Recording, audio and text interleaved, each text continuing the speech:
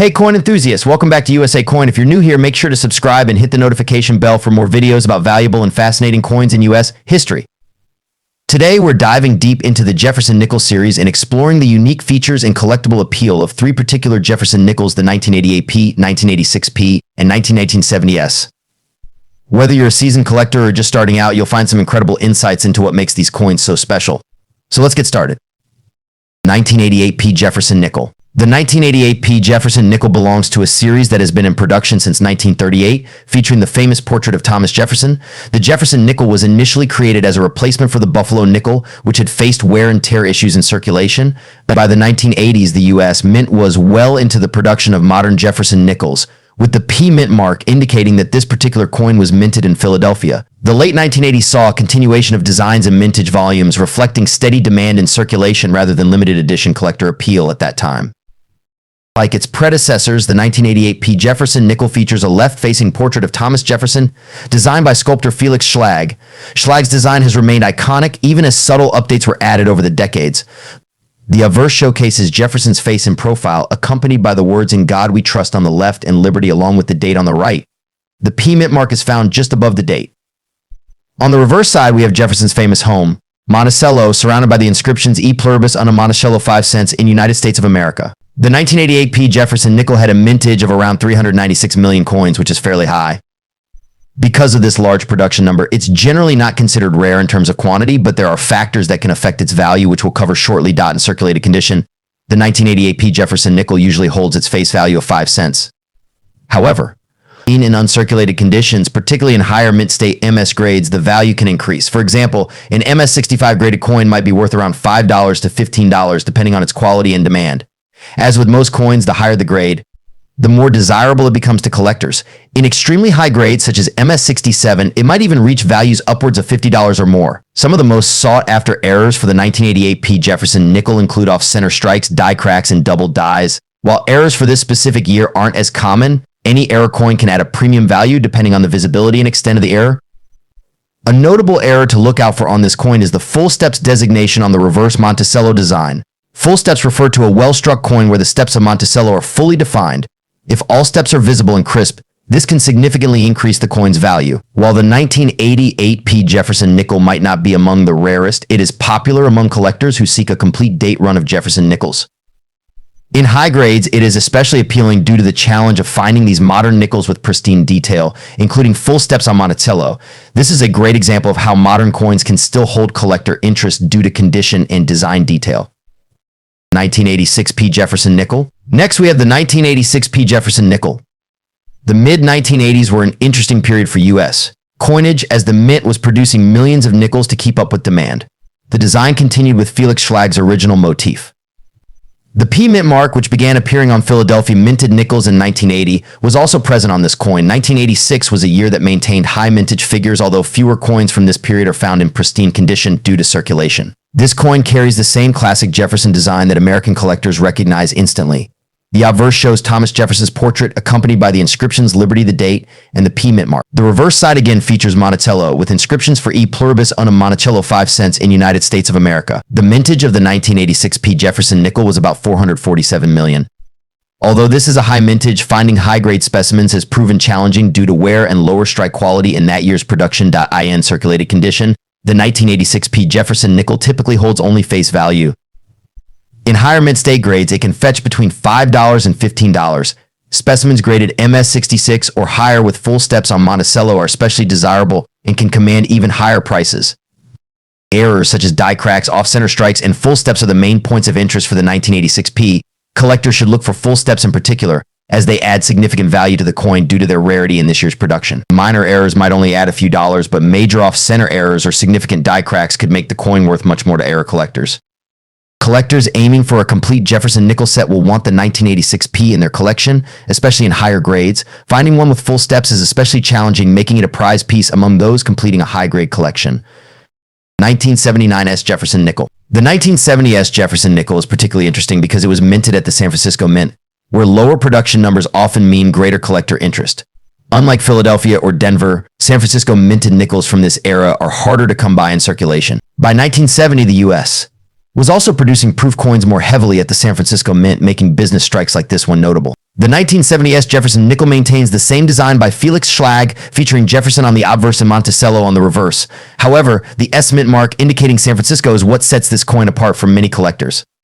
For those unfamiliar, the proof versions from this mint often differ in finish from the business strike, so pay attention to luster and detail when identifying coins. The mintage of the 1970 S business strike Jefferson nickel was around 238 million, lower than many other years.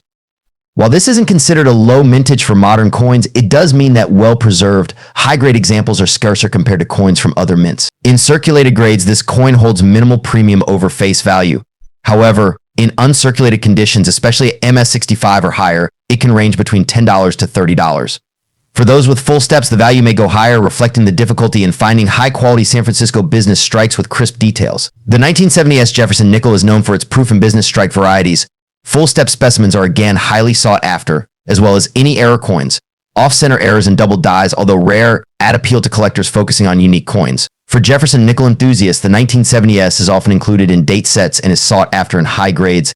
The S mint mark adds an extra element of interest, especially for those who like to focus on San Francisco mint coinage. 1987 P Jefferson nickel. Let's zoom in on the 1987 P Jefferson nickel. The P mint mark tells us this coin was struck at the Philadelphia Mint, one of the three main mints that produced coins that year. In 1987, the Philadelphia Mint produced over 656 million of these nickels, making them quite common. But even with that large number, there are certain factors that can give a 1987 P Jefferson nickel value beyond its face value of 5 cents. The obverse side of the coin features Jefferson's profile with the word Liberty and the date 1987 in front of him. The P mint mark is right above the date. On the reverse side, we see Monticello, Jefferson's home, with the words E pluribus unum above it and Monticello in United States of America below. The 1987 P Jefferson nickel is made of a copper nickel composition, which gives it a silvery appearance. It weighs exactly 5 grams, and like all nickels, it has a diameter of 21.2 millimeters. The absence of silver or other precious metals means that the coin's melt value is low.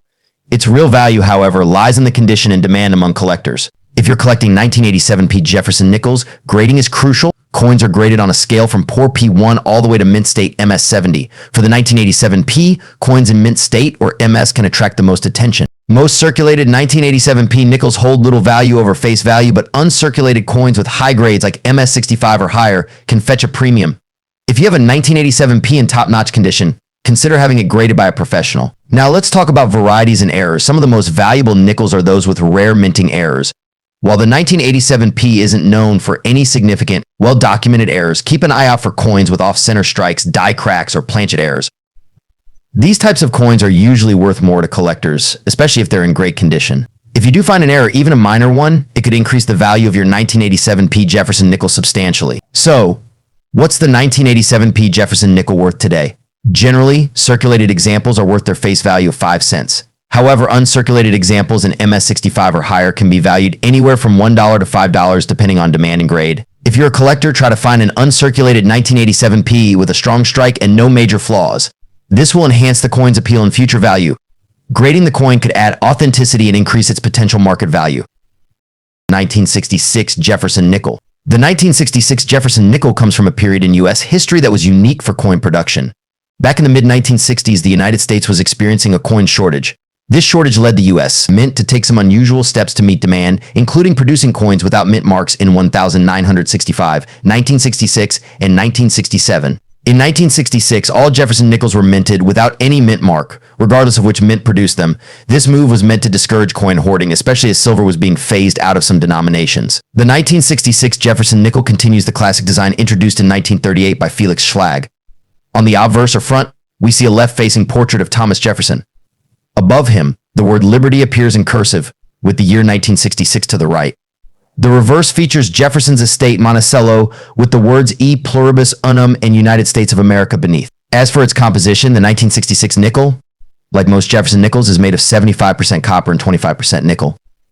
This durable combination gives it that familiar silver-like appearance. In 1966, around 156 million Jefferson nickels were produced, a high number for the time. This mass production, coupled with the lack of mint marks, means that most 1966 nickels are relatively common. However, there are always special varieties and grades that can increase a coin's value. High-grade examples, especially those in mint state 65 and above, can be quite desirable. Coins with sharp strikes, clean fields, and minimal scratches are always valued more by collectors. Now let's talk about value. In circulated condition, a typical 1966 Jefferson nickel isn't worth much more than face value. However, in uncirculated or mint state condition, the value can rise significantly. An MMS65 grade coin might fetch between $10 and $20, but if you're lucky enough to find an MS67, the price can exceed $100 thanks to its rarity in that pristine condition. One valuable variant collectors look for is the full steps designation. This feature means the steps on Monticello on the reverse are fully struck and visible. A 1966 full steps Jefferson nickel in higher grades can be worth well over $1,000 due to its scarcity. If you're looking to add a valuable 1966 nickel to your collection, pay close attention to the details. Look for well-preserved examples with minimal wear, and if you can find a full steps variety, that's an added bonus. High-grade nickels can be found in old coin rolls, so it's worth checking